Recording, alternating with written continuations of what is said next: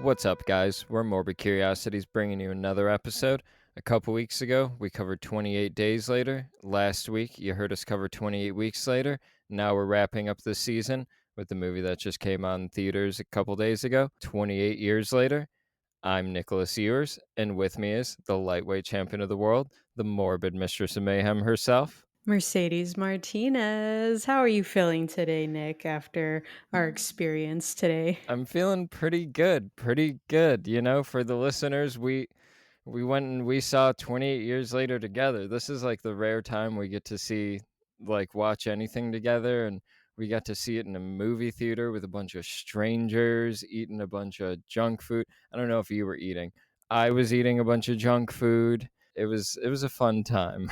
I think the most horrific part of this experience was learning that you like Raisinets. That is such a disgusting candy. Who likes raisins? Nobody. Oh, I like raisins. I like craisins. I don't mind a dehydrated fruit. I got into them actually because I saw the movie Whiplash. I don't know if you've seen that, but the dad gets raisinets and mixes it with the popcorn.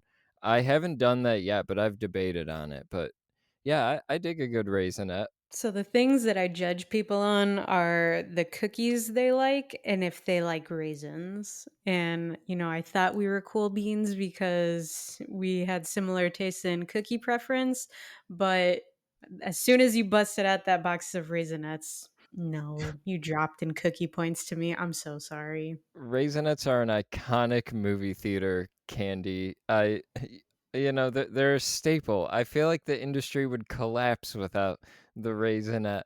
I mean, what's your go-to movie theater candy? Mine isn't the Raisinette usually. I'll get the cookie dough bites, but the Raisinette's like a top two, top three movie theater candy for me. I like a chocolate covered pretzel too. Yeah, I was going to say anything chocolate if you get something at the theater. A Hershey's, a Twix. I had a Twix candy bar with me. I just wasn't craving it at the time. Mm. But yeah, we got to and I gave you a Reese's and you still decided to eat Raisinets. I ate Reese's. Okay, well, that saved you, but the Raisinets kind of no. I enjoy a good raisinette. I might be in a minority. It's better than a snow cap. I like a bunch of crunch too. Guys, write in. What's your favorite movie theater candy? Not one that you sneak in, one that you get at the movie theater. The one of the oddballs, maybe. Yes, write us let us know what your favorite candy. I ate almost the whole box too, though. I still have a little bit left. I'm gonna finish it after this record. The raisinets just added to the experience. I had a really good time at the movie theater today. Guys, we're going to have a little bit of a format different than usual today. We're going to have a spoiler free talk about the movie before we hop into spoilers, just in case people haven't seen it and they want to hear a little bit of our thoughts on it before they decide if they want to see it or not. This is your time to listen, and we'll give you a little bit of a notice before we hop into spoilers. You know, aside from the good vibes, going to see a movie together, being out with the people, me awkwardly sitting next to a stranger who I don't think bought a ticket for the movie and left at a pretty pivotal point and didn't come back. What did you think about the movie, and how was your time watching it? I had a really good time watching it. I didn't know what to expect. I'm always a little hesitant when a movie comes out, like a sequel, trilogy, whatever type of add on in a franchise comes out years after the original films came out. Normally it's a miss instead of a hit, but I had a fucking fun ass time watching this. I I'm hearing mixed opinions on it, but no, I thoroughly enjoyed it. There are some parts, yes, I wasn't a fan of, but still, it's a good movie. I definitely love this film. I can say that. Yeah, I think the term that's been getting used for this one is legacy sequel, legasequel, something like that. I don't know if that quite fits. It's just kind of a sequel to me, I guess. I've also heard people kind of have mixed opinions on this. I haven't seen any straight up bad or negative reviews, but most of the ones on Letterboxd, a lot of the early buzz was sitting at the 3.5, 3-star range. A couple people I know though gave it some pretty high ratings. Like David Sims from Blank Check Podcast over at the Atlantic gave it 4.5 stars. That's like high praise coming from him. But as for me, I think I kind of love this movie. As I was watching it in the theater, there were some parts that I found kind of challenging. This movie takes a lot of risks that I didn't expect it would take. It's a lot weirder at times than I expected it to be.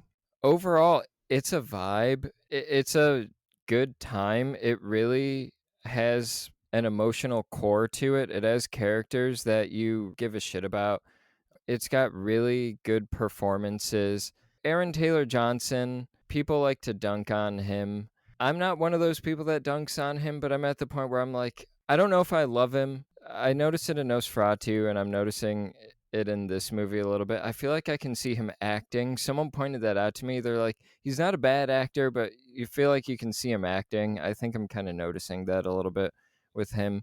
I mean, everybody else in the cast really delivers. I found this movie to be an absolute delight and an unexpected but very well done follow up to 28 Days Later.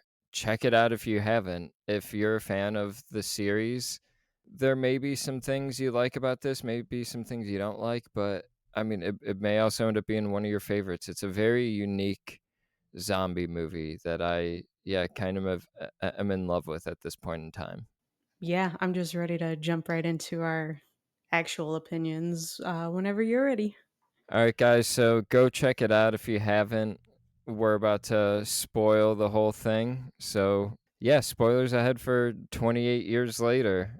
The movie opens basically with is the first shot Teletubbies? It's I know Teletubbies Yeah. is in there. Yeah, they were playing the Teletubbies song, and I it was funny because it was when one of the, like, some name came up, and I thought it was going along with the name, but yeah, the group of kids, they're just watching Teletubbies, and they don't look entranced in the show at all. They literally look miserable there.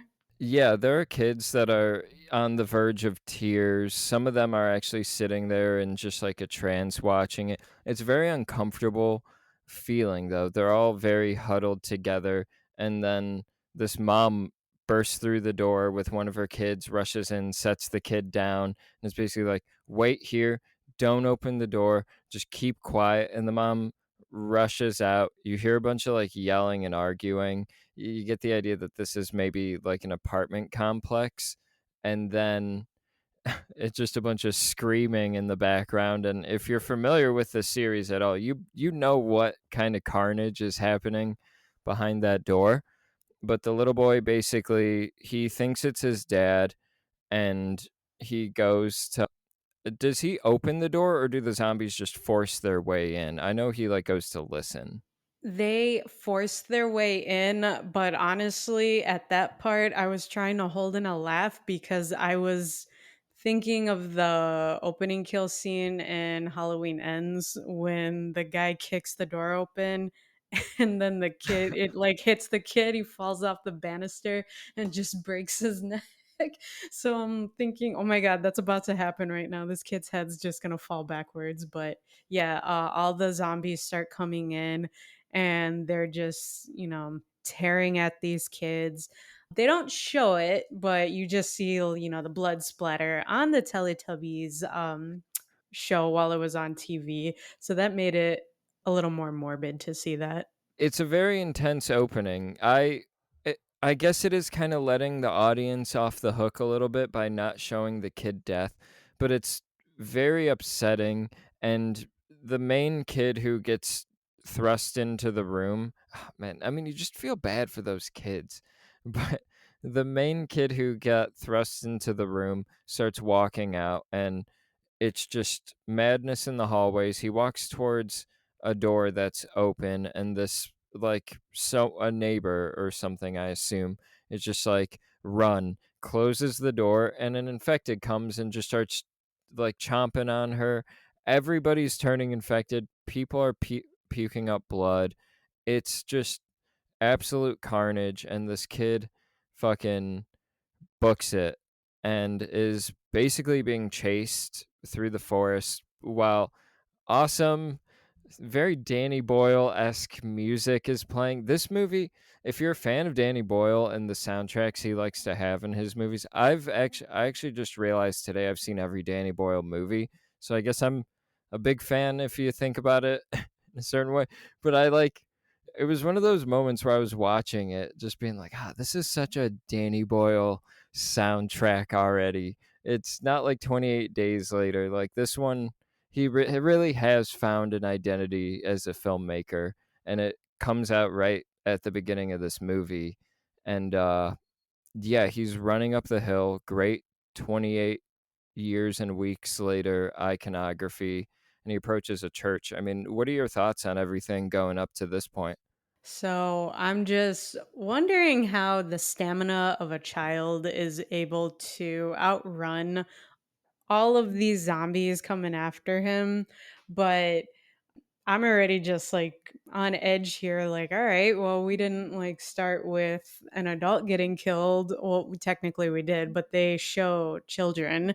And now you got this one kid, and he goes to the church, which I thought was random. But then I guess his dad was the priest in there, and the dad started freaking me out because he just looked like he was accepting his fate, but then didn't want He was, his yeah. kid. Yeah, and then he didn't want his kid to die though. And I'm thinking, "Oh my god, he's going to like convince his kid, no, this is our fate, our destiny, we have to do this." I literally thought he was going to hold him or hug him while all the zombies broke in. But no, he gives him his cross. He has him hide, and he's just like embracing everyone biting him. And then it even looked like they were carrying him at one point and his arms were outstretched. He kinda becomes almost like the pack leader, though. Like, it's kinda reminiscent of the first movie, how the first infected we see is just, like, the priest kinda creepily I'm, like, doing the body gesture for the listeners. It's not like anyone can see, but Mercedes sees it. But We're hyped, guys. We're still hyped from this movie. I know I am on such a high right now. But the priest is like, yeah, he kind of starts leading the pack, and his son hides in this little hole, and he's kind of doing the opposite of what his dad's doing. His dad really embraced this and is like, this is like the coming of this is judgment day, and he says like, yes, my children, or something, as they're storming in and attacking him. And his son is in this little hole praying like, my god, why have you forsaken me? And I think then it cuts to black and we get 28 years later, and it's like the little title card reveals that Mhm. basically lets us know 28 weeks later is not a thing in this movie. And for good reason. Just seeing the how legendary 28 Days was, especially because when I first watched it, I was iffy on it, but then once I watched 28 Weeks Later, I was like, "No, I hate this movie," and I actually can say that I do like 28 Days Later. Now I have so much more respect for it. Yeah, I was thinking about it actually as this movie began. Keeping it in the United Kingdom allows you to do so many interesting things, and I really like what they do with it. We'll get into it, but this movie just feels like the tip of the iceberg, and it excites me. It's reminiscent of like Dune Part 1, except I like this so much more than Dune Part 1. Yeah, and it's funny because a lot of things just started clicking for me right when we started recording, so I'll be patient before I start going off the rails here. But yeah, so the I'm just too excited. But anyway, so now we have more of a calmer setting. So you see this boy, he's in bed being woken up, and you see he's kind of packing up for something. Kid looks like he's getting ready for war, but you see he's like just packing away his like essentials, his knife, a flashlight. You see him try to grab like a little action figure that looks like a Power Ranger. Yeah. Yeah, that's what I thought it was. He puts it in his bag, but then he kinda thinks about it and then he puts it back. He wanted to bring that so that showing, obviously he is young. He's still latching on to, his childhood toys, but he put it back for a reason. Um, and then you're introduced to his dad. He's making him breakfast and giving him, bacon and eggs, which honestly, I was surprised that they were showing bacon. And I thought it was, a little cute moment that, the kid was trying to give his dad the bacon, like, no, you have it. And he was basically saying, Yeah. no, you need the fuel today. You need your strength today. So after that, you hear someone just wailing upstairs, and you find out that the mom is up there in bed, she's ill, she is sick, something is wrong with her, where to the point where she can't even like really comprehend what reality she's in. That does happen quite a bit throughout the film. The husband, what's his name? Aaron Taylor Johnson. Oh, Aaron Taylor Johnson. Nosferatu. Yeah, and it was funny because I was trying to figure out who the fuck is this guy? I know his face.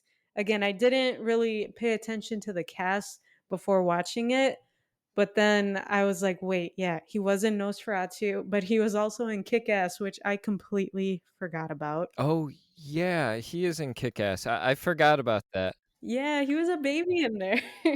He kinda pops up in a lot of stuff. He's Quicksilver in Avengers: Age of Ultron. He's in a movie that I really like, Nocturnal Animals. It playing a villain that I know people have said he's cartoonish. He's almost like a Looney Tunes type of villain. He's very fucking creepy and disgusting. Mercedes, I recommend Nocturnal Animals to you. I think you might dig that. He pops up in Tenet too. He was just in everybody's favorite superhero movie, Craven the Hunter, last year. So he's a guy that'll pop up. I He doesn't always work. So like for this movie, he's an English actor. He's the only actor who I felt like I could hear putting on an accent. Do you know what I mean? Yeah, there were parts where I don't know, it just felt like, you were on the set with them while he was acting everything out. Everyone else seemed to have like a Mhm. good grasp on their role in here, on their character. But yeah, I that does make sense. There's even like emotional moments where him and his son are getting confrontational, and I feel like Alfie Williams is so natural and kind of acting him off the screen a little bit because there are points where he's so like emotionally distraught, Aaron Taylor Johnson, and his lip is like quivering. And I'm like, I feel like I can see you making the choices with your face right now. It's weird. And I only think that way because someone put the thought in my head. Now I can't not see it. And I'm sorry if I'm doing the same thing to anyone else. Yeah, you definitely changed my perspective a lot more. I do that. All that being said, I really enjoy his character. I enjoy his role. It We'll get into him a lot more later, but his character, oddly enough, has a little bit in common with the dad from 28 Weeks Later to me, and I didn't Yeah. expect that. There's a little bit in this movie that there's, like, a little bit of 28 Weeks Later that's in this movie's blood that I was kinda surprised by, that I wonder if it's, like, purposeful or not. I do agree with you. I don't know if I said this yet. I did find it really cute, their breakfast moment that they had together.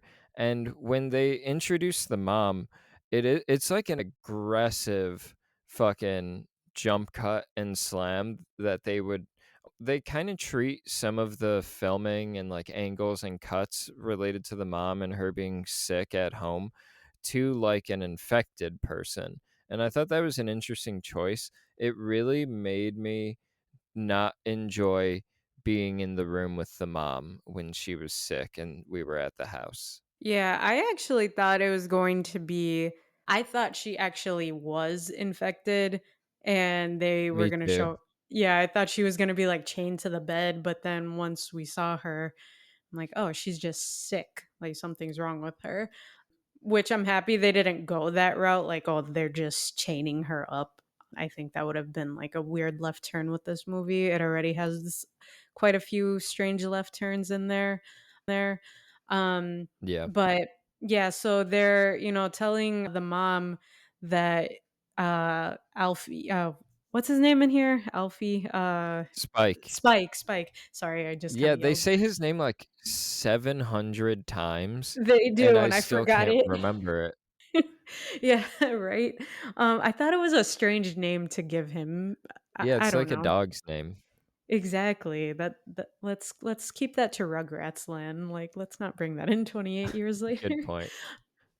We have them, telling the mom, Spike's not going to school today. We're gonna go like on what do they call it? On a run, or they just say they're gonna go on the mainland They're going on a hunt, I thought is hunt. what they call it. It's basically like a rite of passage that people, when they're like 14 or 16, something like that, go on, where Mhm. it's like their first zombie hunt, basically. But Mhm. Spike is 12. That's the big issue now. Yeah, and even when like the mom doesn't want him to go, but then you could see after, putting up a fight, yelling at the dad and everything, I think Spike calms her down a little bit and or she just kind of forgets what's going on. Yeah, she forgets. Yeah, she has like a little episode and forgets and then she's like, "Oh, where are you off to?" And he just says school. She's like, "Oh, okay." And you see Spike and his dad, they're like making their way through their little town and everyone's like applauding them, cheering him on, like saying good luck, Spike. One girl gives him an apple and I'm like, wow, everyone knows that they're about to leave. Okay. And then the people who are guarding their little island, there was a woman there and she was saying like, you're a little too young for this. The dad's advocating for him to be able to go and she's like, "All right, well, you're allowed to go and you're welcome to come back, but if you don't come back, we're not going to go look for you."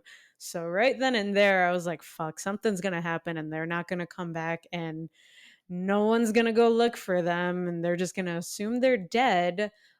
I I was really starting to worry at this part like what was going to take place, what were we going to see as soon as they left? Yeah, I had a similar assumption too. I actually had heard the plot a couple months ago, and I didn't know if it was true, but this is what I heard without any spoilers for the next two. This is what I heard the plan was that the first one was just a rite of passage hunting trip that's setting up the world of the movie, and two and three I heard are fucking insane and off the wall, and it's where the story really kicks into high gear. And that's kind of what you're getting with this, but it's better. That's why I have the Dune Part 2 comparison. Yeah, I did think that it was just going to be the hunting trip, and they really subvert that expectation. They had an easy setup for a pretty basic, conventional zombie story, and they chose to do more than that. We'll talk about it as we get closer, like, get through the first act, but as they're getting ready to go on this hunting trip, they do a setup too of there's a strip of land, and the tide has to get low enough for them to be able to make it to the actual coast, and there's a couple of days where the tide will raise back up and they won't be able to return home. So that's like a thing that is basically in the back of everyone's mind when they're leaving this little sanctuary. They have to account for this tide, and I thought that was a pretty interesting element. I wonder if this is geographically correct. It seems like a really good setup, and I have some theories and ideas about this setup and what we might discover in the sequels. But yeah, so they make their way over to the mainland and um you see that Spike is, a little nervous. He's trying not to let on how nervous he is, but you could see he's pretty nervous. Yeah, it's scary as shit, dude. I would be terrified, man. I'd be like, I don't want to do this. I get everybody has to do it, but I wonder if these kids even know how bad it is. I don't think they do because obviously they're not allowed on the mainland. So some of them probably haven't even seen any of the infected zombies, whatever. So once they are there, they do see a heavy set zombie. He's like crawling on the ground of the woods and looks disgusting. Yeah. There was even, like, a point where you can see, like, the point of view from his back, so I was like, "What the hell is this going to be?" Yeah, I really so this movie does stuff with, like, the way it gives information to the audience. It plays with the conventions of that in a way that I really like. It reveals to us that threats are coming before the characters see the threats, and it reveals them in weird ways where you maybe don't know where they are geographically in location to the main characters, and you maybe don't know what you're looking at. And that's kind of an example of this before the characters even know. It's a shot that's in the trailer, but we just see like the back of one of these, like it's like a little baby kind of crawling on its belly, kind of towards them. And another thing too that it does with information is it shows us events that happened before the characters like were in that area, and it's in this like really intense red, and it makes Mhm. things so chaotic. It's very very cool. I didn't know what I was looking at first, but it took me a minute to kind of piece it together. We were watching parts of House of a Thousand Corpses. That's what we were watching because that's the thing that I was thinking of. Whenever it cut like to those scenes where the lighting was red, you see all these humanoid looking things. You know they're the zombies, but you can really just make out their silhouette and then their eyes. It took me a minute to really piece together if that was stuff that was from the movie, because it's also intercutting shots of like when they're walking down the path, it has shots of soldiers walking, then shots of like Boy Scouts. And I was kind of reading that as almost a way of like, okay, so even though society's broken down, this is a broken world these people are living in, we're still doing the same things, like this rite of passage that they have to do. It's kind of like being in the Boy Scouts, or, soldiers go off to war, and it's kind of just this obligation. You have to fight for your country, and that it's almost like drawing the parallels. And by the way, too, while that's happening, they're playing Boots, this like speech poem thing that is in the trailer, and it's really fucking cool. I'm glad that they put it in the movie. I didn't expect to hear it, but they make it a part of the soundtrack and it rules. Thank you for explaining that more because I was gonna ask you, why were they showing, random Boy Scouts or whatever? That was just my read. I could be wrong. I mean, I trust your opinion. We'll say that you're right about everything. It's more subjective though, whatever your read of is that, and that was just kind of my read. I was like, oh, we're just kind of doing the same thing. Even though society's broken down, we're just going to do the same thing. I'm trying to give you props, man. Thank you. I appreciate it. So the dad, he is, prepping Spike to, take his aim, get ready, shoot his arrow at the zombie, and his attention is on Spike. And then you see from a different point of view, there is another zombie crawling on the ground coming towards the dad. What is the dad's name in here? Jamie. So at the last I minute, didn't know that till you just said it right now. they say it a few times, but I just never remember these people's names for some reason. I just learned Jodie Comer's name now, and it makes the ending make a lot more sense now.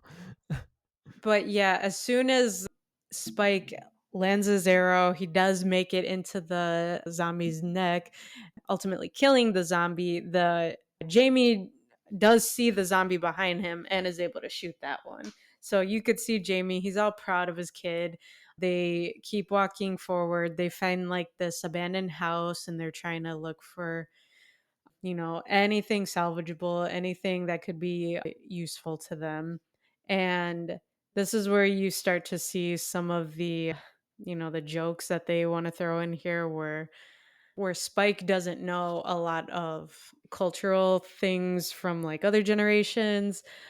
Jamie popped up with a frisbee and he's like, "Well, what is that?" He's like, "It's a frisbee." What? He's like, "You're going to love this." Oh, yeah. And that was so simple because it was such a fun ass toy too, and it was a basic toy, but everyone knows what a frisbee is. So as soon as that happened, I'm like, damn, this is turning out to be one of those movies where you ask a kid, "Oh, do you know this band?" They're like, "No." You're like, "All right, I'm pretty old now, so." Yeah, Spike has probably never seen a movie before. Yeah, we see that he is very uncultured with a lot of things going forward. He's probably never listened to a podcast before. He's not even a fan of this podcast. I know, he's a lame, but the actor playing him does such a great job. He does. Yeah, I thought he was gonna be kind of sometimes I feel like certain child actors are like wimpy a little bit depending on their role and then, what they bring to the role. But no, this kid, he fucking shows up in every single scene. I'm excited to see him in more films now. Yeah, I said this, I think, on our Sinister episode. Guys, go listen to that if you haven't. That you kind of have to make a decision with a kid actor at a certain point. Like, oh man, is this kid going to annoy me the whole movie? Mhm. And this kid, Alfie playing Spike, I had zero issue with him. I was very annoyed how many times people say his name out loud. I was Yeah, like, "Oh my god, no one says anybody's name this fucking much. It's unbelievable." But and we that can't even aside, remember his name. yeah, exactly. I did struggle with that genuinely. I have to have it right in front of me. But and his name is the only one that's like really said a bunch. Him and Ray Fiennes is his name is said a bunch. But yeah, I really found this kid to be great. He's a breakout. He's the breakout performance in this movie. They show them, getting, bombarded with all the zombies like breaking into the house. So they end up having to hide up in the attic for a night and or no, there was like a whole chase sequence actually, right? Yeah, so they basically after they kill those 2 zombies, they're kind of feeling good. Aaron Taylor Johnson is getting to be the big hero dad that he probably always wanted to be in front of his son. And then in the distance, they see on top of a hill. I love the hill imagery in this series. I don't think any other zombie series does it except for Mhm. this. And it's perfect. It's awesome. And you just see the silhouette of like one infected, and it almost sounds like it's sending out a call. And I like Aaron Taylor Johnson. He is basically Alan Grant in Jurassic Park. He's like, nobody Mhm. move a muscle. And then this big silhouette just kind of walks up just big and lumbering, and he's like, fuck, that's an alpha. Okay, run into the forest now. And Mhm. that's kind of our introduction to the idea of an alpha. I think that's like the first or the second time that word is said out loud in relation to the infected. And yeah, they get in a big chase where Aaron Taylor Johnson's able to hold his own and shoot arrows at them. The kid is basically missing, but we're getting to see the iPhone, the 20 iPhones, because I don't know if people don't like know this. This movie was shot on like an iPhone rig. It probably cost like tens of thousands of dollars, but still, it's like innovative technology, I think. But there's a rig of like 20 iPhones that basically recreates like bullet time anytime an arrow goes through somebody. It's like the Matrix bullet time where you get a full like 180 around the arrow as it impales the person. It's like pretty sick. I like it caught my attention a lot. I really liked it. And this is the movie they first implemented it, so I can't imagine how it's going to be used in the next two.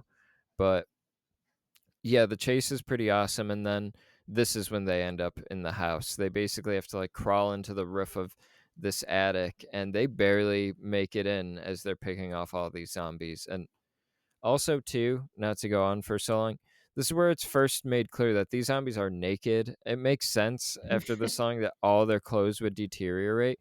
But I mean, this physicality behind them, the stunt work, the makeup, it's incredible. These things look, move, sound, and act in a way that I don't think I've seen any zombie movie really portray zombies, and it's unbelievably good. Yeah, and I think that's why I was referring to them as like humanoid because in the first two films and then in usually any zombie film, they're still clothed, but this is 28 years later. So obviously, yes, their clothes are all fucked up and, gone to shreds now.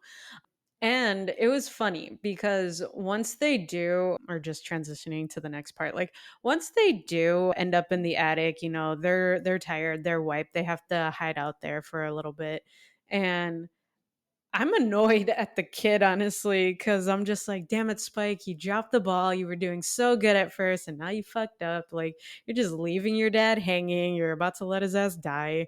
And then you see he feels guilty about it and he's apologizing to his dad. And his dad's like, what are you talking about? You're doing great. And I was happy that the dad had that conversation with him. Like, he was like just telling him, no, you did a good job, like I don't care about your fuck ups or whatever, but you did a good job. Like, even I think, were they in the house when they saw the suspended body at that moment yet, or was that the next scene? They saw the suspended body. That was, like, right before the zombie horde happened, after they killed the bigger zombies that were on the ground. I forgot about that. Yeah, there's one suspended with, like, a blood bag. They don't know it's a zombie at first, though. It just seems like a dead body left to send a message. He does not want to look at this body, and his dad's telling him like, no, don't look away. And you kind of see in a There's a moment. lesson here. Yeah, exactly, and the kid's like, "Well, what lesson is it?" And then all of a sudden, that's when, like, the zombie's, like, waking up and everything, and yeah, that part was pissing me off too because, kid, this thing is getting loose from, like, the rope that was binding it, and you're about to just let it, like, attack you, attack your dad, and the dad, he's even like, "What the fuck are you waiting for?" But then, yes, finally the kid shoots him, so I was full on thinking the dad's gonna, like, go off on him even a little bit, but he doesn't. He just, consoles his kid. And I love that heartfelt moment between like the father and son because he's like, I took you out here to hunt. Yeah, you had some hiccups, but I'm not focusing on that. I'm focusing on the job well done here. I do also think, though, this is the part where the cracks kind of start to show in the dad, where it's like, oh, maybe he isn't this big, perfect hero figure because he kind of starts to lose, it seems like he's starting to lose patience with his son a little bit. His son has a Hmm. bunch of questions that he starts being a little dismissive towards, and you could tell when that alpha comes in, his dad is no longer in control of that situation, and you can kind of see that he's scared, and I don't know if his son is exactly picking up on it, but then as the movie goes along, it kind of starts to come out that the dad is like a fraudulent father figure, and I really like how slowly they kind of give you information about who the dad really is. They were able to make it back to their little island. They just treaded through the small rays of the tide while you see the alpha behind them fucking bolting after them, scaring the fuck out of me, honestly. It's like it's this big ass dude. Well, because they keep checking to see if he's coming from behind them, and there's even a beautiful shot of them at the top of the mountain, and they're still like, "Okay, we're clear, we're good." So, but you kinda know in the back of your mind, like, "When is the shit gonna hit the fan?" Exactly. That's why I was even saying like I kind of forgot what film we were watching because it had like a slow build in a way to me, even though we had that intense opening. It But had, like, yeah, beautiful music playing. it did. And just the scenery, it just takes you away from all the chaos of their reality.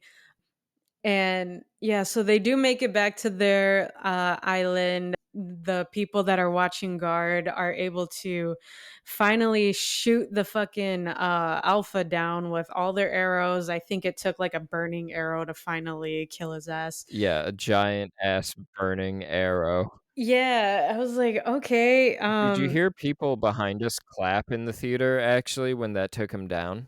I didn't even hear that. Yeah, people were clapping, and I also think there might have been a baby in our theater too. It was hard to tell, but yeah, people were clapping the moment the arrow connects, and it kind of sets you up to want to clap because again, like the beautiful music that's playing and the you just get these awesome shots of stars while they're running. It's almost like Mario Kart going down Rainbow Road while a fucking big ass zombie's chasing you.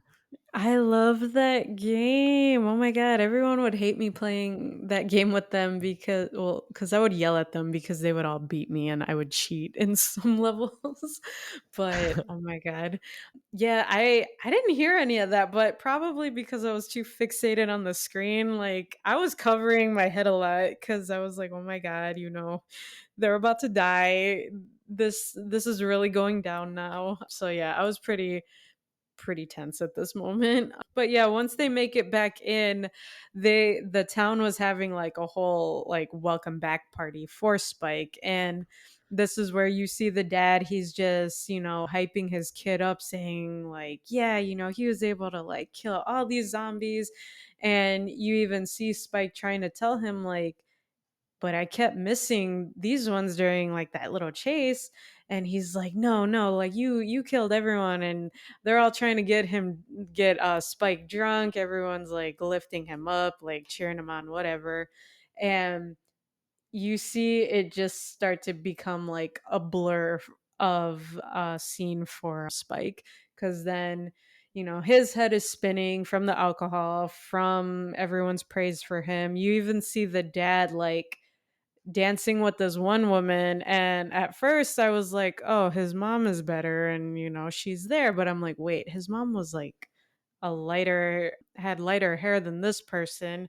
And then once you see like her pull Jamie off, I'm like, oh no. Because then the kid, he runs out, he pukes his guts out, and then follows his dad and sees that his dad is having an affair with this woman. And that's fucking hard for this kid, because you clearly know he loves his mom. And you see, like, at first he respected his dad, but now that's shattered. Like, he goes home, he talks. Who does he talk to at his house? Is it his grandfather? I don't know exactly who that is. It's not Jodie Comer's uh dad because I think he's dead. Jodie Comer like hallucinates her dad at one point and keeps thinking Spike's her dad. So it might be Aaron Taylor Johnson's dad. It might just be someone Mm, who lives in that village, but yeah, he goes and talks to him and this guy basically they see a fire earlier on when they're on their mhm. hunt originally, and Spike is like, "What's that fire?" And Aaron Taylor Johnson clearly knows something is up with it, and is just like, "It's nothing. What fire? I've never even heard of fire." Basically, puts on this whole shtick. That's what I meant by like being dismissive. And Mhm. this guy's like, "If your dad didn't want to tell you about it, I'll respect that, but there's a doctor who lives there. He's kind of weird, people would say, but he's a doctor." And Spike gets the idea to basically, why aren't we taking mom there? If there's a doctor, why is mom not being taken there? And kind of raises that. Yeah, and that's like towards his own little breakdown of Spikes, because he goes up, he crawls into bed with his mom, and the next day, like, he confronts his dad, like, do you want mom to die? And if she dies, are you gonna be with this other woman? And the dad loses it. Like, he does explain like who that doctor was and basically saying like, yeah, he's crazy. He kind of made it seem like he did like a mass genocide with all these people, and just kind of like Hmm. nonchalantly waved it off when he saw people, but like Yeah, it looks very fucked up the way that it's described and portrayed to us. Like it's just this happy-go-lucky guy is just slaughtering innocent mhm. people and burning the bodies. That confused the hell out of me, so I'm like, that has to be incorrect. There's something else behind this guy, and I don't know what it is yet.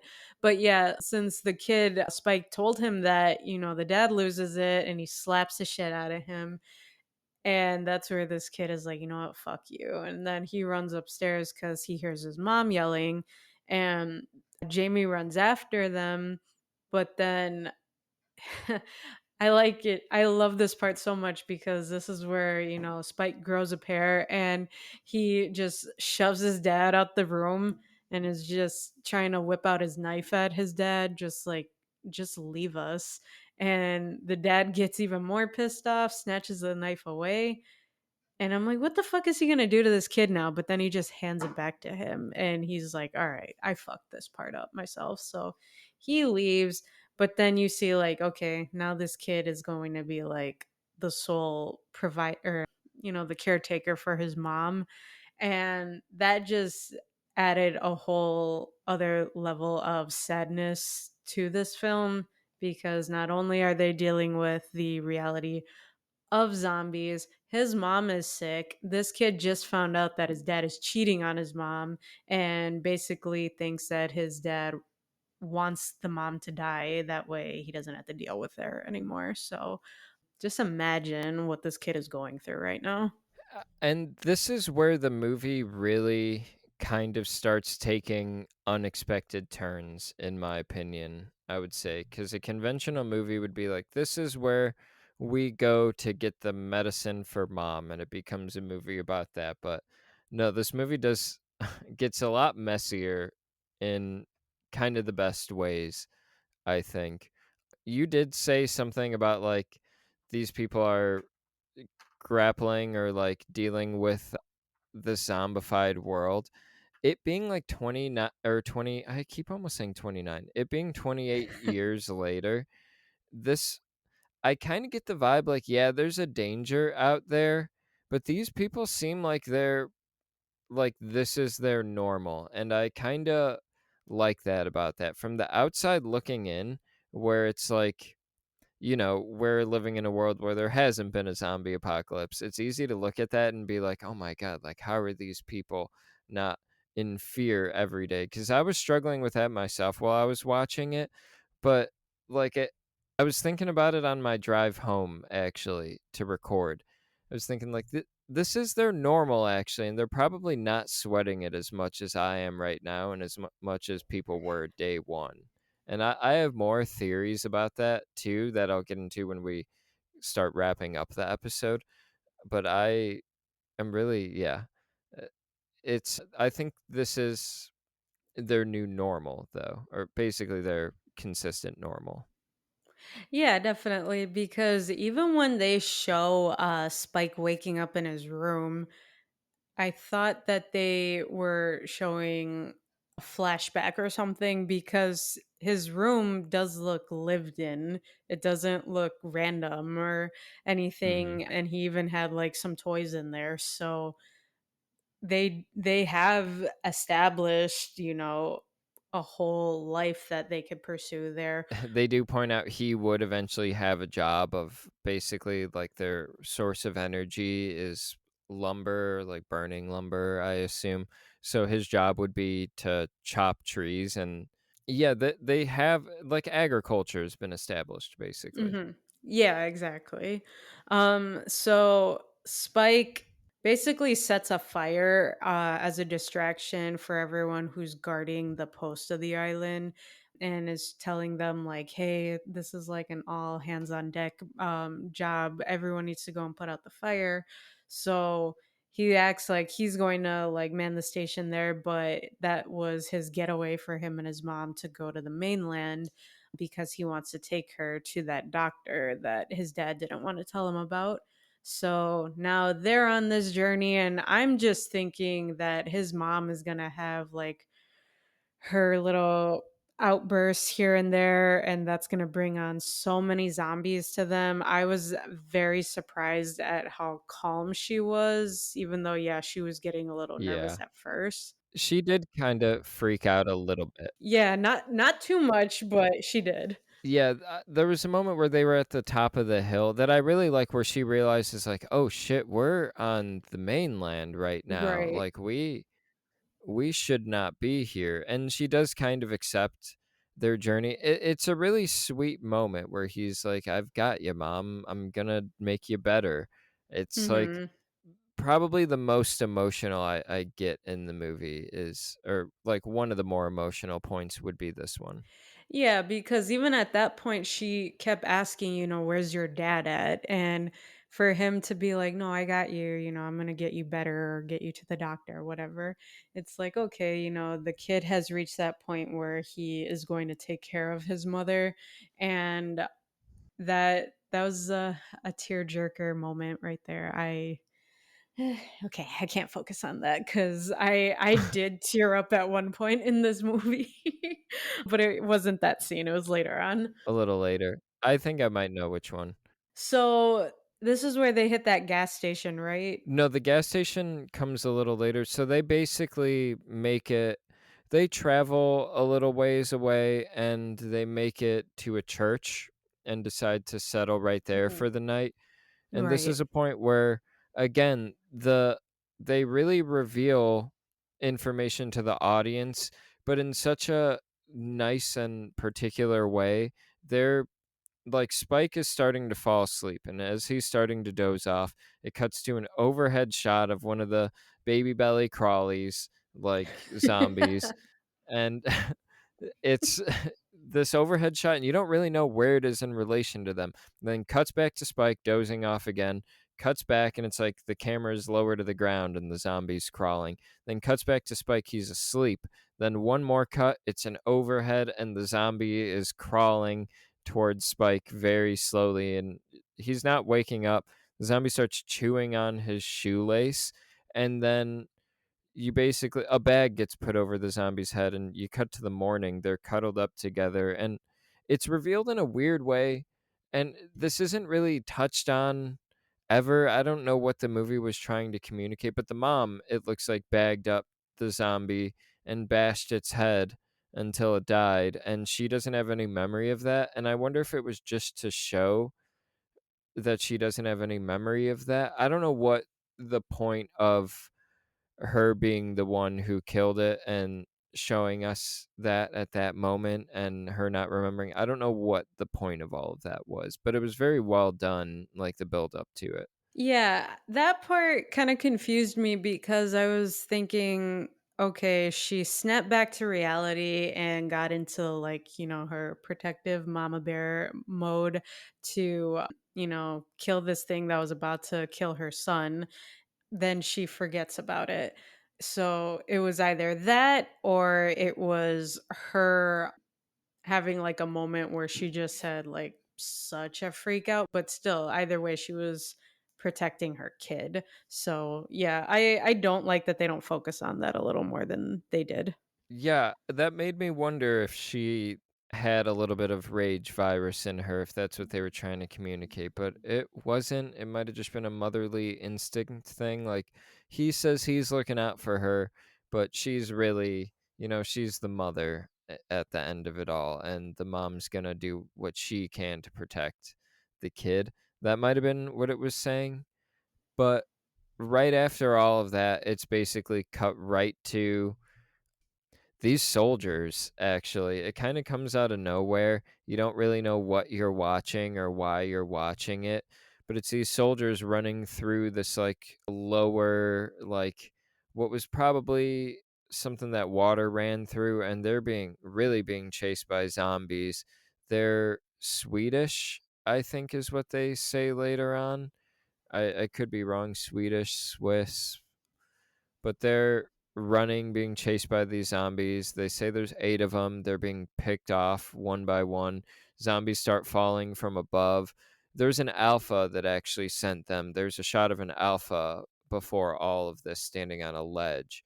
And these three survivors make it into this dark tunnel where they're walking and walking, and the alpha meets them in there. They all turn around at once, and I was like, okay, one of you face the other way Right? for Christ's sake. Yeah. Oh my I was god. like, all of you turn around so nobody's watching your back, and the alpha, we really get to see their power at this point. He takes one of them, he grabs him by the upper half of their skull, rips that rips their skull off, their spine comes with it, and then he takes that and beats the other one to death with it.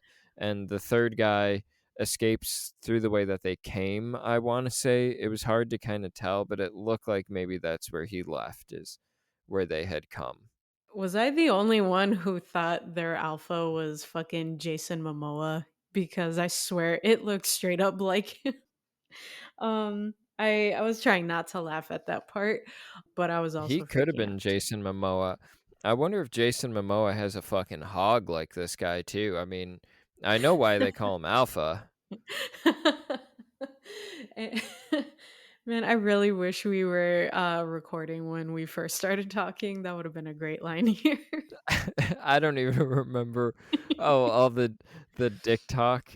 Yeah, we talked about behaving and not doing any dick talk. I actually said that, and now look where we are. I'm the one who brought us here. A lot of dicks, though. I Mhm. give it a lot of credit. There's a lot of just full frontal nudity of men and women, and good for those stunt people. I hope they were paid. It really fucking paid off because they got some great footage involving them, but I had to get past the alpha. They talk about it later a little bit where they're like, I guess the rage virus infected them, like, or affected some of them like steroids a little bit.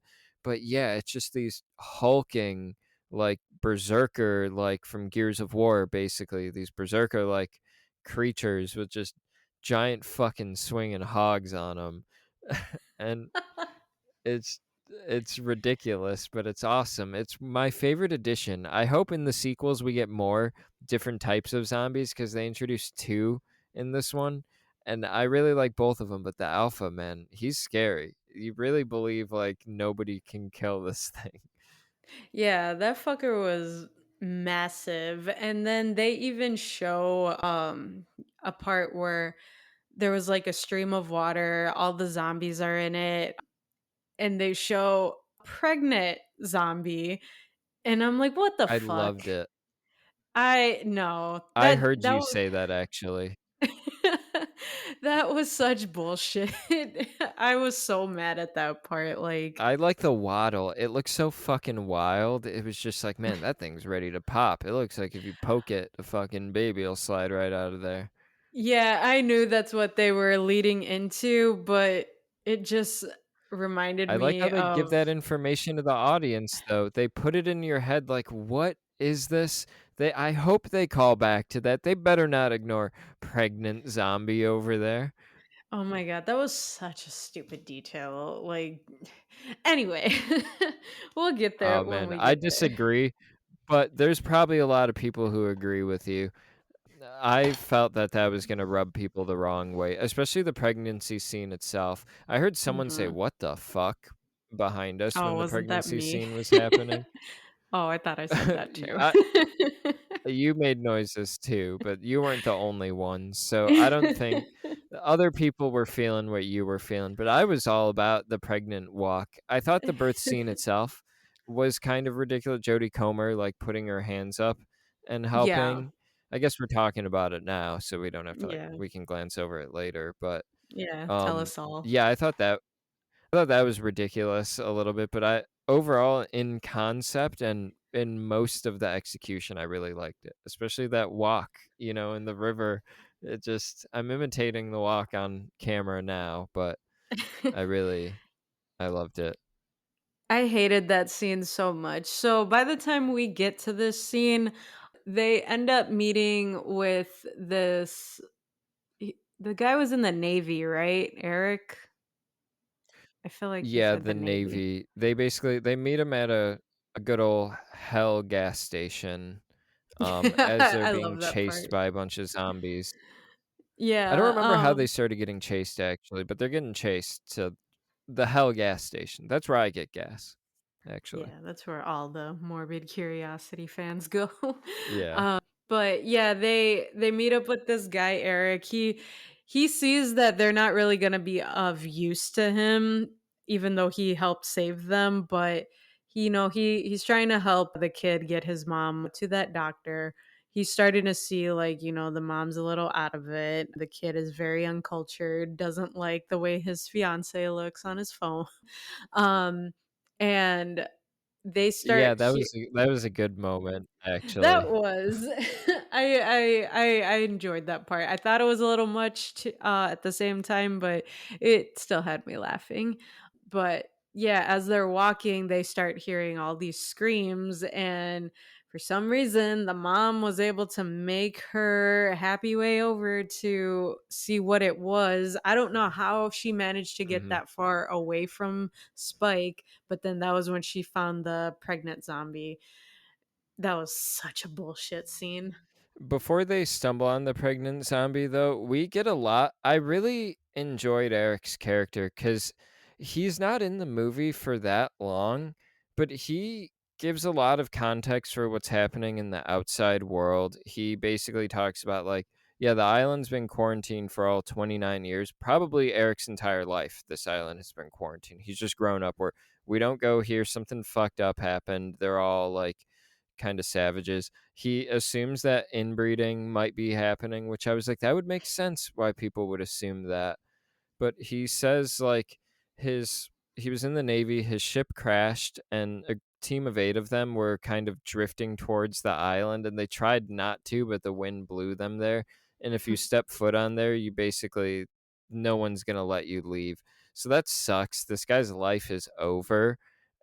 And I mean, he is kind of a dick, so that adds to a little bit of the fun of it. You hope that he dies, but he's given Spike a little bit of a hard time about what he doesn't know in the real world.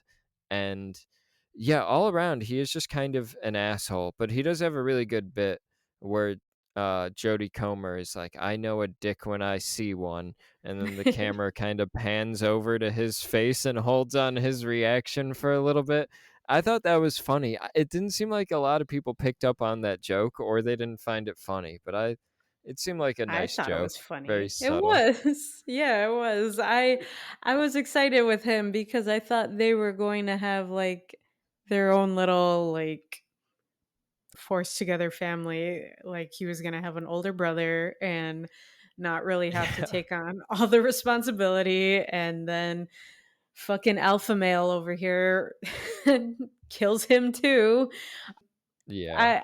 I'm not gonna lie, that part pissed me off too, because I didn't want Eric to die. Like for the little time he was on screen, I grew attached to him. Really, I'm surprised. I thought you would have been on board with him dying cuz he I liked what he added to the movie. Just being in there for a little bit, he was like, "You call them alpha? You make him sound like Wall Street Bros or something." It's like, yeah, it's a nice reminder that, oh yeah, the world moved on and forgot about these people. This is the island the world is just forgotten, and we make sure nobody leaves ever. It's kind of fucked up if you think about it, and Eric represents that in a way. And I was actually happy to see him go. This is a first time reversal here on the podcast for the new listeners, but Wow. Mercedes wanted him to stick around, and I was happy to see him go. And he kind of dies almost like Carmine does in the first Gears of War movie at the hands of the Berserker or one of the Carmine looking soldiers.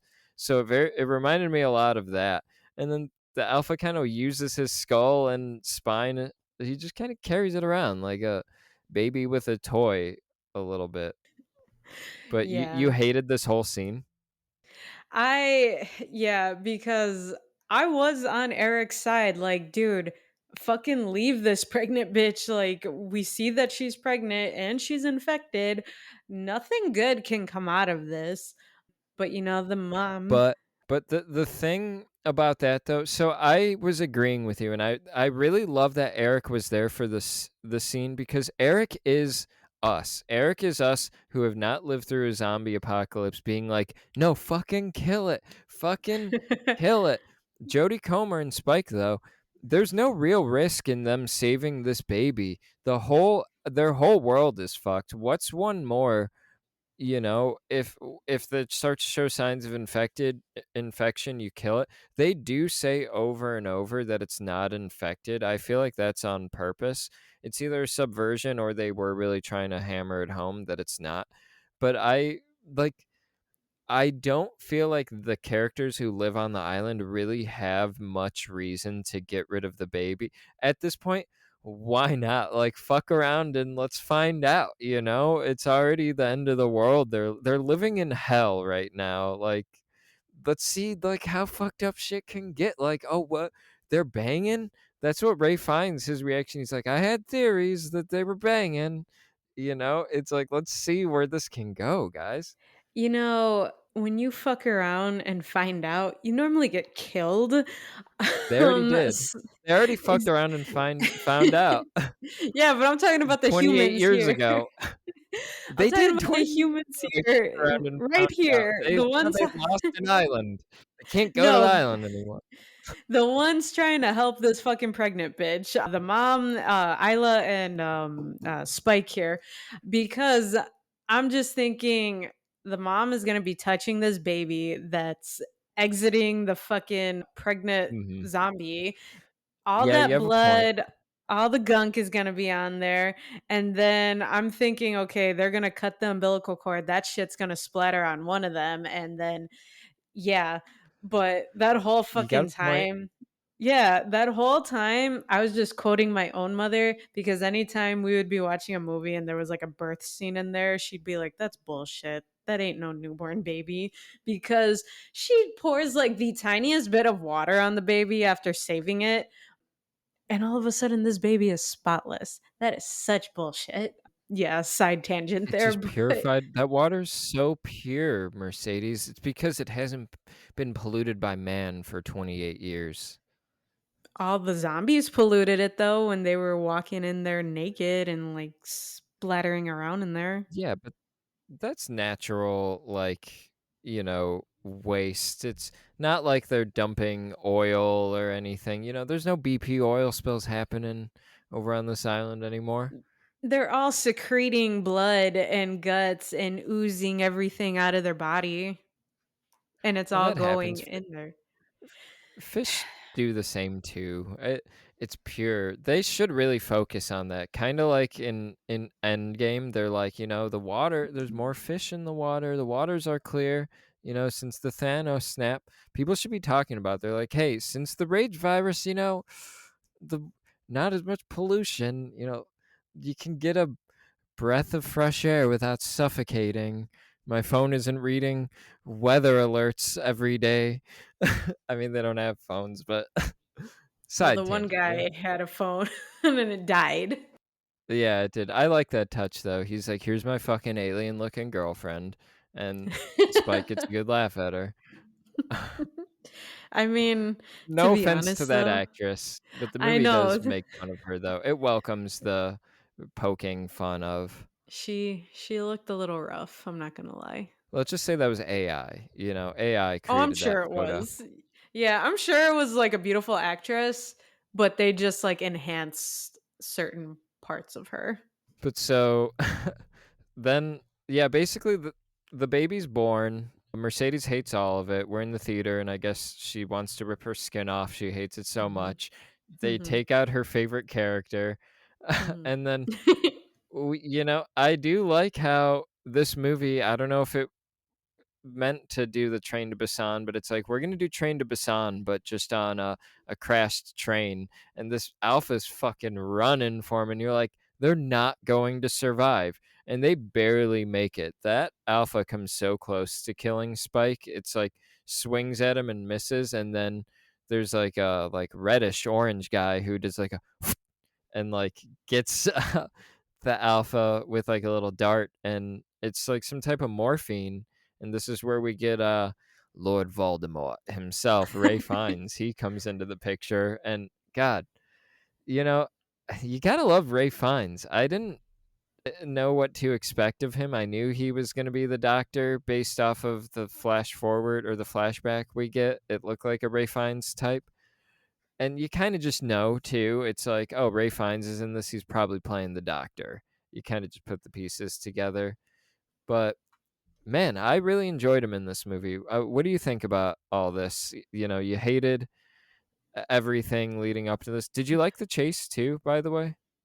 I did like the chase. That if you didn't see, I was like hiding under my hoodie too, barely peeking out because I was like, they are so fucked. I don't know how they're getting out of this. I noticed you hide once or twice, I think. I mean, I pushed it through. I manned it through and was able to watch it all, but I was hiding a little bit. I need a little security blanket there. But yeah, that part like fucked me up. So I was surprised. I didn't know, is it Ray Fiennes or Ralph Fiennes? Cuz I know who he is. I just didn't know his actual name. It's Ray Fiennes, and I've accidentally called him Ralph Fiennes on the podcast before. Not on These Guys Got Juice's Conclave episode, but like an episode or two before that, I was talking about him. Then by the time of Conclave, I was like, Doug, why did you let me accidentally say his name wrong a couple times? I know it's Ray Fiennes, but just the spelling puts something else in my head. It does, yeah. So, yeah, I didn't know he was going to be in here. So when they did show him, I was like, "Wait, is that Voldemort?" And then thinking back to like what you said when you see the flashback and you just see his back, it's like, yeah, that's him. I could buy it. And him fucking looking like Dr. Satan himself with that iodine on him. Iodine or whatever he calls it, how he pronounces it. Yeah, he Like, the virus doesn't respond well to it or something. I thought that was cool. I'm like, "Oh, he just coats himself in iodine."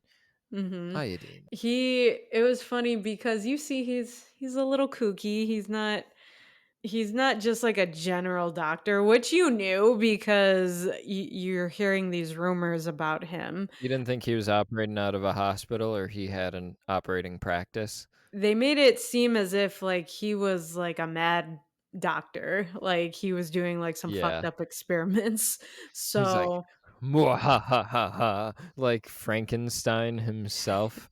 "It's exactly. alive." Alive. Um yeah, so once he's talking a little bit, you see he's just like he seems very what's the word I'm looking for? You see he's trying Sincere. to sincere, yeah, he's trying to instill some, good knowledge into Spike and he thinks like, "Oh, did you guys come here because of the baby?" Yeah, I like that line. Not to, like, interrupt, sorry, but it was just the way he says it, he was like, "Did you guys come here for the baby?" "No, we came here for my mom." It's a nice natural way to get into that exposition because, of course, he would have questions about the baby. He's not gonna not ask about the baby, he's a doctor, but then it's like, "Oh, no, that's not why you're here." Okay, I thought that was a really organic bit of writing that I enjoyed quite a bit. I'm glad you brought that up. I didn't want to like overlook that. But yeah, then they show the doctor. He's just doing like as best of an examination on Isla as he can. He's asking her the, general questions. And then he says, without like the proper tools and being able to properly diagnose you just based on your symptoms, I believe you have cancer. And that is just like the biggest fucking slap in the face here. It's like these people Yeah. are already down and now you just gonna have to fucking kick them while they're down because out of all things when they're all trying to hide or like escape like the inevitable death of these zombies attacking them, now you have another form of inevitable death hitting the mother slowly and it has been for God knows how long, and he even says like she will die soon, and it's just heartbreaking to watch because out of all the things that Spike didn't know about, like he doesn't know what a frisbee is, didn't know what a phone was, like anything like that, he literally can't comprehend why simple medicine cannot cure his mom. Like he doesn't know about cancer and doesn't know like yeah, there's no cure. So that part fucking killed me. I hated that scene so much. Yeah, I didn't realize that because at a certain point, I did think to myself, like, what if they did drop that she had cancer or something? But it didn't hit me until like that moment, like, oh yeah, this kid, there's a chance he may not have been exposed to this before. And yeah, this is a world where diseases like that are probably such an afterthought that people aren't really considering. No one's thinking about checking for cancer right now. They're looking at your Right. eyes to make sure you're not going to fucking rip somebody's face off or something. It is pretty um wild. We like yeah, it was a tough scene. This is where shortly after this is where I kind of struggle with the movie a little bit myself. After the mom gets this news, she basically decides in that moment that she's going to end her own, like, allow her life to be ended. Basically, like a different form of euthanasia with the doctor. And the issue that I had is just how she was like, "I'm going to kill myself now that I have this news." I understand, like, it's a movie, and you probably can't have her be like, "Let me have 3 good days with my son before I die." You don't really have the time for that. That's a whole nother movie you have to show in order Right. to get all of that across. So you do kind of have to streamline the mom death, and I just didn't like how abrupt it was and how okay she felt with it, and then how okay Spike was with the fact that this man just killed his mom. He had no say in it. She was there, and now he woke up and she's gone, and he's very accepting of it immediately. And I mean, it's kind of fucked up. Like, he's getting handed her pristine skull a little bit. We do see the skull. He sees the skull process, like with Eric earlier, and like the scraping of the skin and everything off of it. So, like, I would be like, "Damn, I know how this process works. I don't wanna see my mom's go." That's me personally, but I felt like the decision for her to end it was made very quickly, and it, like, rubbed me the wrong way a little bit, but I found the sentiment beautiful, and I found the shot after, like, when he puts the skull at the top of the, pile of skulls, and it's the sunrise. I thought that shot was very beautiful too. Yeah, I agree with you because as soon as, they're trying, like, they're really explaining to Spike, there's no cure for this whatsoever. The mom hugs him and she's like, I shouldn't have told you. But then, like, you see the doctor, he's walking off a little bit. And I'm like, is he going to, shoot her with a dart now to kill her? But I didn't expect him to, shoot the dart, whatever, at a Spike just to calm him down. And yeah, that little moment where, the mom has Spike holding the baby and then she's cradling both of them.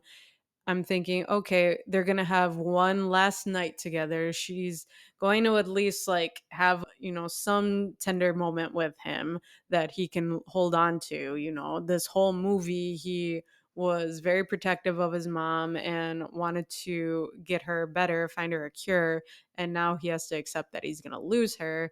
And then it was so abrupt. She just like, okay, well, I'm going to go get killed now. And I did not like that scene at all. It was, yeah, I think that decision Yeah. was made too quickly.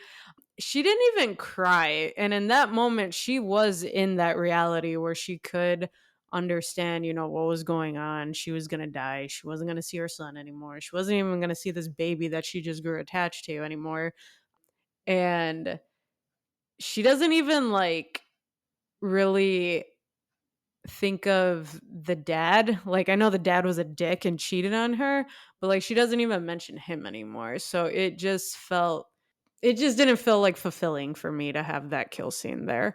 Um Even like once he shot her, you see like these little rays or like these little balls of light going around everything. I did like Ray Fiend's little setup of well, not little. He has like all these fucking towers of bones, and those are all the people that were killed before. And he burned their bodies, but like salvaged the bones. He made them into like these large ass towers, and then yeah, the Tower of Skulls just looked beautiful on his own, as morbid as it was. But yeah, once the kid he takes the skull and puts it at the top and kind of faces the skull towards the sun after he kisses it and says, I love you, mom. Even at that point, with him not like he shed a tear, like you could see he's devastated. But like at that moment too, it's like, all right, like he's not a kid anymore. Like throughout this film, like he was still kind of latching on to, some childlike habits, but at that moment, no, he completely grew up. And yeah, that scene with the sunrise and them just being able to gaze off into it. That was a good ending to that part, but yeah, her kill scene on its own pissed me off. Yeah, this is the real turnaround point for the son, basically, where he makes the decision to leave everything behind, I would say. And I mean, a lot of truths about his father have come out at this point. His father wasn't the best equipped in that first hunting situation. His father's cheating on his mom. His father also doesn't seem that interested in getting his mom any kind of help. His father lied about the doctor being a genuine person. And I think, honestly, this perception that we have as an audience that this world outside of their little island is fucked up and people aren't thriving. I think we're going to find out in the sequels that that's kind of wrong, and people have adapted in the years to the world that they're living in. And you know, I, I think we're going to find out that not everybody's really a bad, untrustworthy person. I think there's going to do a lot of the sequels are going to do a lot of interesting things with kind of continuing to show Spike that his dad and the life that he lived on that little secluded island is a bit fraudulent. But so basically, after all of this stuff, though, we get one of my favorite hard cuts in the movie. It's a hard cut to daylight, and it's Ray Fiennes and Spike just jumping into a hole, and it's the fucking Alpha just booking it for them. This scene was pretty terrifying, I think. Yeah, I was like, "Fuck, Jason Momoa's back," and Yeah. this is the moment where they're all gonna die. Like, how the fuck is this baby asleep throughout all of that? Though this baby does not cry at all. The baby was crying at one point. When It it was was in the born, middle. Yeah. No, there was it was when they're talking to Ray Fiennes about something and there's music playing and the baby's crying almost blends in with the music to the point where you can barely notice it. But yeah, I think it might be when they're talking about the mom's diagnosis. I think the baby's crying is blending in with like really beautiful music maybe. At some point there where it's just like a symphony of conflicting sounds and images and ideas happening all at once. so this baby's gonna cry along with the score and soundtrack of this movie, but it won't cry hearing Jason Momoa going crazy trying to kill these two. I mean, yeah, it's that Alpha's literally brocking their world. I mean, it reaches down in there and grabs Ray Fiennes, and I thought he was a goner at this point. Right. This was the most scared I was for any character in the movie was when this Alpha had his hands on Ray Fiennes, and Spike has to go get one of the morphine injections and get this Alpha, basically. Oh my god, like I did not think that was gonna work, but yeah, I'm like, fuck, this kid's gonna be too late and this guy's gonna die. But yeah, that was man, I was holding my breath at that point too. But yeah, then, Ray Fiennes tells him like, I think it's time for you and the baby to go home. And you see there wasn't like a struggle or anything. I actually thought the kid was gonna try to stay with the doctor, but yeah, he leaves. And he's He leaves carrying the immediately. yeah, and he's carrying the baby in like a a shopping basket. I thought that was I like hilarious. that. I did too. Yeah, like he But just yeah, got back from Target. right. I bought a baby at Target. But then right here, I think, is where it cuts to black and we get a good old fashioned 28 days later. Yeah. So you hear like a voiceover. He, I guess, wrote a letter to his dad. So he left the baby on like the gate of the post to their little island, and he was just telling like his dad, like, I'm okay, don't look for me, I want to keep, walking on the mainland or whatever. I'll come back when I'm ready. And He he wants to explained, walk till he can't see the shore anymore. yeah. So I'm like, you're not coming back. But yeah, he, at least there he has like some type of I can't think of this word. It starts with an R, but he has like some type of like not R, closure, kind of with his dad too, just like, okay, like I'm not going to be like pissed at you. I am telling you I'm okay and you know what's going on with me instead of leaving you to worry. Mhm. And I love this because this is also a slap in the face to the dad. He's like, take care of the baby. Her name is Isla, and that was the wife's name. And it's like, damn. Yeah, But yeah, then the dad, treat her nice. right, He says exactly. she was born of an infected, but she's not infected. So then the dad, he's like running to try to see if he could still find him. So even that moment was a little hard to watch.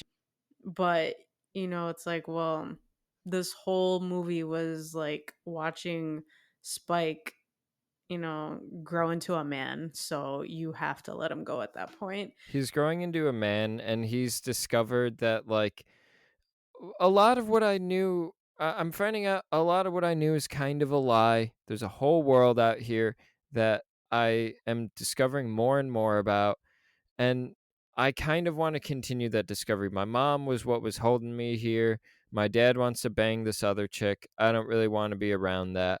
So since I've no mom, no ties to that island anymore, I'm going to venture out and discover what's been kept secret from me my whole 12 years of existence and the whole 28 years we have not been seeing what's been happening. Yeah. And then the weirdest fucking ending, which made me Yes, the laugh. weirdest ending. I think the thing that may tank the box office, may single-handedly tank the box office of the next 2 movies, this ending. So you see Spike, he's trying to just like, cook a fish over this little fire, but then he sees zombies coming toward him like one by one, and like He he hears, shot like, a one. noise, it almost sounds like a person saying, like, kinda. It doesn't sound like a Yeah. zombie, actually, Oh which they yeah, that do. too. I meant to say, Eric does call them zombies in this movie at one point. I did like that too. Yeah, and it was funny too. One of the guys that I watch on YouTube, Cody Leach, he when he did like his review, like a spoiler-free review, he was like basically saying, yeah, someone said zombies in here, and ooh, I know like a lot of you people didn't like that or some shit. Like it made me laugh.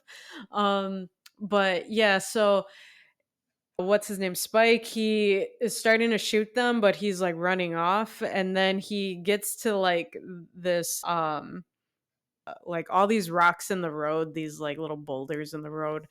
So he was It's a rocky road, you could say. yeah, exactly. And then he's getting ready to like start just shooting at all the zombies. But then you see this fucking this guy up at the top. He looks like he has a very Mhm. bad blonde wig on, like a jumpsuit, an inverted Yeah. He's cross. in a purple Jonathan Davis jumpsuit, a Right. Jonathan Davis Adidas corn tracksuit. Exactly. And he was just like basically, I can't remember what he said word for word, but was like, mind if we help He's or like, lend a "Oh, it hand? looks like you could use some help there, love. Oi, Yeah, yeah. bugger. A bit rude, ain't it?" Yeah. And I don't then even know if he's got a Cockney accent, but he had some accent. We didn't even talk about a lot of thick accents, kinda hard oh, to yeah. understand everything. Like, I was kind of getting frustrated because I couldn't stand half of the shit that was going on. But yeah, then you see all of these other people jump up that look just like this guy with their tracksuits with these fucking weird ass wigs. I'm like, oh my god, he just ran into a cult right now. And he's like, hold it," you know? He said like go, fucking go or some shit at the end. I don't know. The way he just like let them loose, I thought Mhm. it was amusing. And then, like, British punk starts playing, some, like, British punk. Yeah, it was so crazy. And then they're like all catapulting with like whatever type of weapon they have. They're doing all these crazy like flips and tricks to kill these They're zombies like and shit. gymnastics beams. Yeah, and I mean, they're winning. They're able to kill off all of them. And then they all do like this weird little pose at the end. And then the guy comes down and like introduces himself as Jimmy, shakes Spike's hand and is like, "Yeah, let's be friends." I'm like, "Oh my god, I think that's the kid from the beginning, the one who was hiding in the Yeah. church."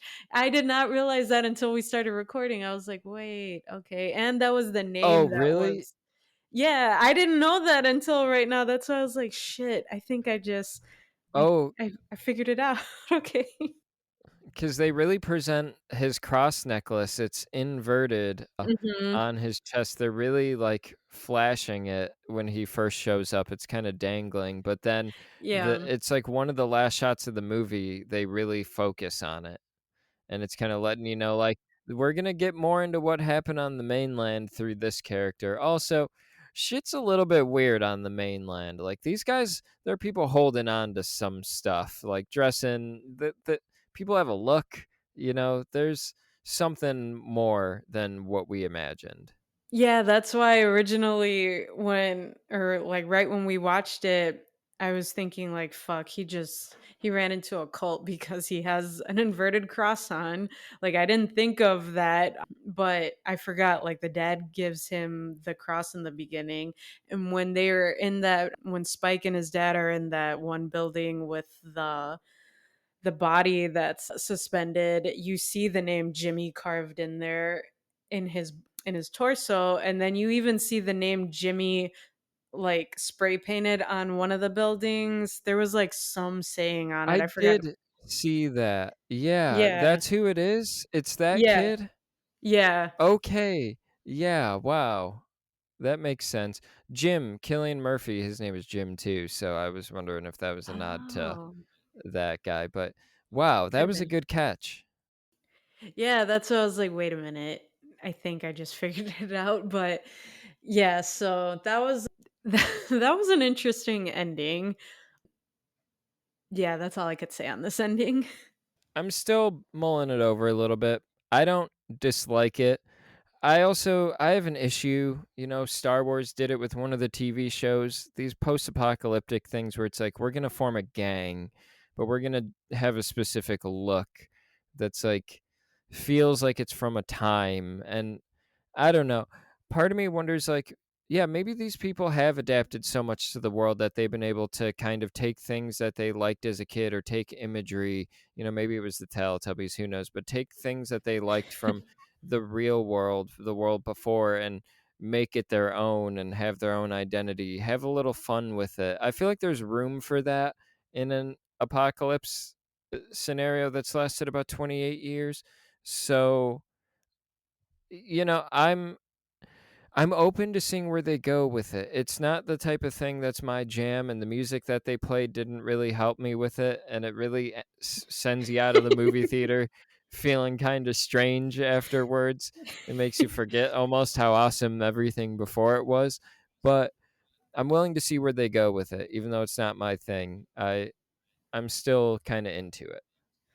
Yeah, and even in the opening scene where you see all those kids watching the Teletubby show, They're all blonde, and then this Yeah. group of men right here, they're all blonde. I'm like, "All right, they're latching on to something." I So think some of them might have been women. I'm not too sure. oh, I thought they were all guys. I was just more so focused on their dumbass wigs. Yeah, I agree. But yeah, that right when that ends, the credits start rolling. I actually, I'm in the credits feeling pretty good when we're done, when we get out of the Mhm, movie. I don't know mhm. about you. Yeah, you feel the same too? Yeah, it was a cool experience. I was psyched to go see this movie with you. It was actually really funny because once we got to the theater, I saw that we were both rocking some Scream shirts, like Ghostface on Yeah. our shirts, while we're covering the Scream franchise. Well, I guess we should announce that on this episode since people may not have listened to our 28 weeks episode. Guys, new listeners, anyone who didn't listen to last week's episode, coming up, we're going to be covering the fucking Scream franchise. So stay tuned every Monday for some Scream. But yeah, that was kind of a fun detail. We were both wearing Scream shirts while we're in the middle of recording our Scream episodes. That was unplanned. I didn't even put it together until you brought it up when we were in the parking lot. And that's what got me mad too, because I wanted us to take like a stupid picture by like Yeah. what the poster for 28 years later. And of course, they didn't have one. I'm like, this would have been perfect for that because of the fact that we were wearing these t Oh shirts. man. But If you told me, I would have went and I would have found one. I'm pretty sure there would have been one in a hallway somewhere. But damn, I don't know. We'll Photoshop us standing in front of a poster at a different movie theater or something. yeah, we'll figure it out. There's always next time. Yeah. But you got your final thought? You got any final thoughts on 28 years later? Although there was a lot of things that I disagreed with, not well, I wouldn't say a lot. I'll say a few things that I disagreed with this movie. Some parts really annoyed me. I love this film. Like I still had fun with it. Hell yeah. I walked out of there having a good time. Yeah, go watch this film. Hell yeah. I'm right there. I think I might feel a little more strongly about it than you do, but I loved this movie. It was a great time at it was a great time at the theaters. I'm glad we got to see it together. It was a rare time for the podcast. I don't know when that'll ever happen again, but I mean, you famously didn't like 28 Weeks Later much at all. That might be one of your least favorite movies on the podcast, I could probably assume. But Mhm. you know, we I didn't know how you would feel about this one, but I'm glad that, you're right there and loving it too. That's pretty awesome. And I had a great time seeing it with you. I had a great time talking about it. And I mean, this movie, it does kind of rule. It's gonna get a mixed reception, but I mean, I think it kind of rules, It kind of fucks. Guys, let us know. Like maybe this is going to start getting us giving or getting more people to, interact with us. Like what did you guys think of this film? What do you guys think of 28 Days and Weeks Later? And which one is your favorite? Let us Yeah. know. Like, are you on our side with this film? Did you not like this film? What do you guys think? Let us know. Comment on our Instagram page, morbid underscore curiosities underscore pod. Rate us 5 stars on Spotify and Apple Podcasts. Like, give us a shout out, like, or we can give you a shout out. Just let us know what you think.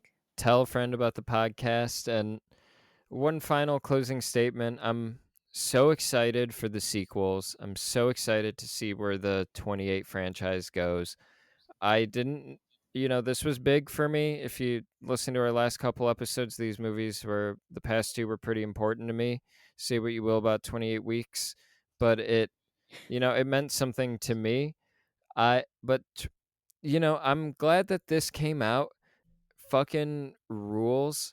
And it feels like it's the tip of the iceberg for what is going to be like the Dune or the Lord of the Rings of zombie movies, maybe. I think I have high hopes for the sequels, and, you know, I'm gonna push for us to maybe cover them as they're coming out in theaters. Let's do this again next year. I don't know how you feel, Mercedes, but I'd like to see you next year at the movie theater for 28 years later, The Bone Temple. We will. And there's so many other movies that we're covering that are coming out with another fucking movie soon. So we can go see those as well and then cover them on the podcast too.